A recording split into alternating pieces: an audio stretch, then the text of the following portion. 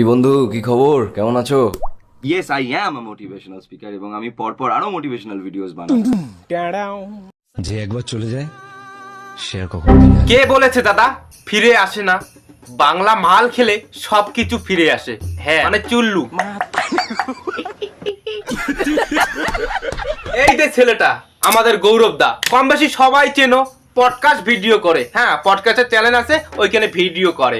হ্যাঁ কিন্তু ভাই মানুষের পডকাস্ট করতে করতে, মানুষের পডকাস্ট শুনতে শুনতে ভাই ওর ছেলেটার যে জীবনের কষ্ট দুঃখ বেদনা শোনার মতো মানুষ ছিল না, বোঝার মতো মানুষ ছিল না। তারপর হুট করে রাইতে একদিন বাংলা মাল খেয়ে সবকিছু কথা তার এক্সকে বলে দিল। হ্যাঁ হ্যালো দাদা ভাই, দিদি ভাই, কি খবর? সবাই ভালো তো? তোকে না পেয়ে বরং ভালো হয়েছে, মানে তুই যদি আমার জীবনে থাকতিস তাহলে হয়তো আমি তোকে অ্যাকসেপ্ট করতে পারতাম। দাদা ভাই, দিদি ভাই, কয়েকদিন আগে আমাদের গৌরব দা তার এক্সের সঙ্গে কথা বলেছিল, এই ভয়েসটা ভাইরাল গিয়েছে। এখন তোমরা ভাবতেছো সেই কথাগুলো আমাদের গৌরব দা বলেছে? সবকিছু এআই বলেছে, এআই। হ্যাঁ কারণ মানুষ মাল খেয়ে এআই হয়ে যায়। হ্যাঁ তোকে না পেয়ে বরং ভালো হয়েছে, মানে তুই যদি আমার জীবনে থাকতিস তাহলে হয়তো আমি তোকে অ্যাকসেপ্ট করতে পারতাম না হয়তো। না মানে বলছি দাদা, তুমি কোথায় বসে এগুলো কথা বলেছো? ভাই আমাদের এখানে যদি কথা এরকম ভয়েস টয়েস করি বা ভিডিও করি, ভাই পাশে থেকে কুত্তা ভেউ করে, ছাগল ম্যা করে, ভাই আলাদাই একটা ব্যাপার। না মানে বলছি দাদা, তুমি কি স্টুডেন্টের মধ্যে বসে কথাগুলো বলেছো নাকি?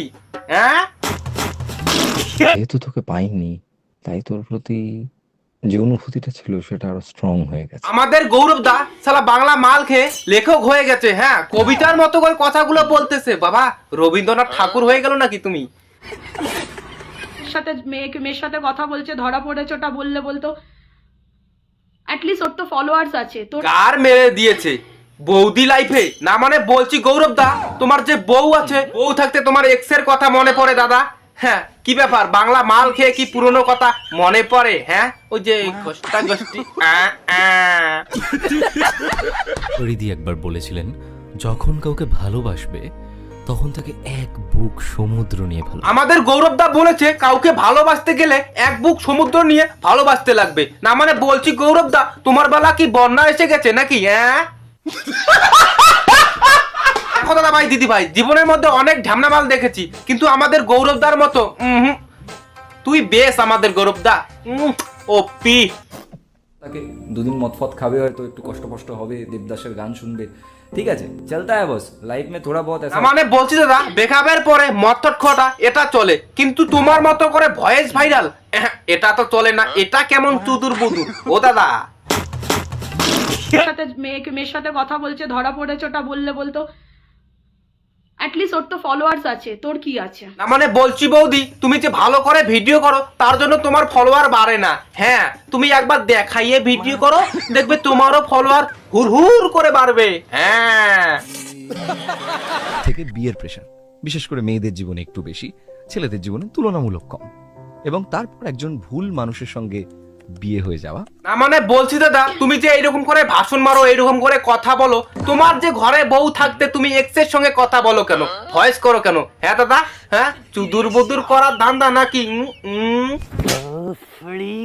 করা মানে হেরে যাওয়া নয়, আমার কাছে অ্যাডজাস্টমেন্ট করা মানে সুন্দরভাবে বেঁচে থাকা। তোর সাথে কাটানো লাস্টের দিকে সময়গুলো আমার ভালো। না মানে বলছি দাদা, তোমার কি বাংলা মালের নেশা এখনো ছাড়ে নাই? হ্যাঁ এইখানে ওই কথা, এইখানে এই কথা, ভুলভাল কথা বলতেছো। ধর বাল, আর ভিডিও করবো না দাদা, ভুলভাল কথা বলে আমি ভিডিও করবো না। তো যাই হোক দাদা ভাই, দিদি ভাই, আজকে রোজ ভিডিওটা এইটুকুই থাক। ভালো লাগলে অবশ্যই like comment share and subscribe করে দিও। বাট তোমরা যারা এখনো সাবস্ক্রাইব করে না, যাও ছোট ভাই হিসেবে টুক করে একটা সাবস্ক্রাইব করে টাং করে ঘন্টাটা বাজিয়ে দাও। আর দেখা হবে নেক্সট কোনো রোজ ভিডিওর মধ্যে। চলো বাই।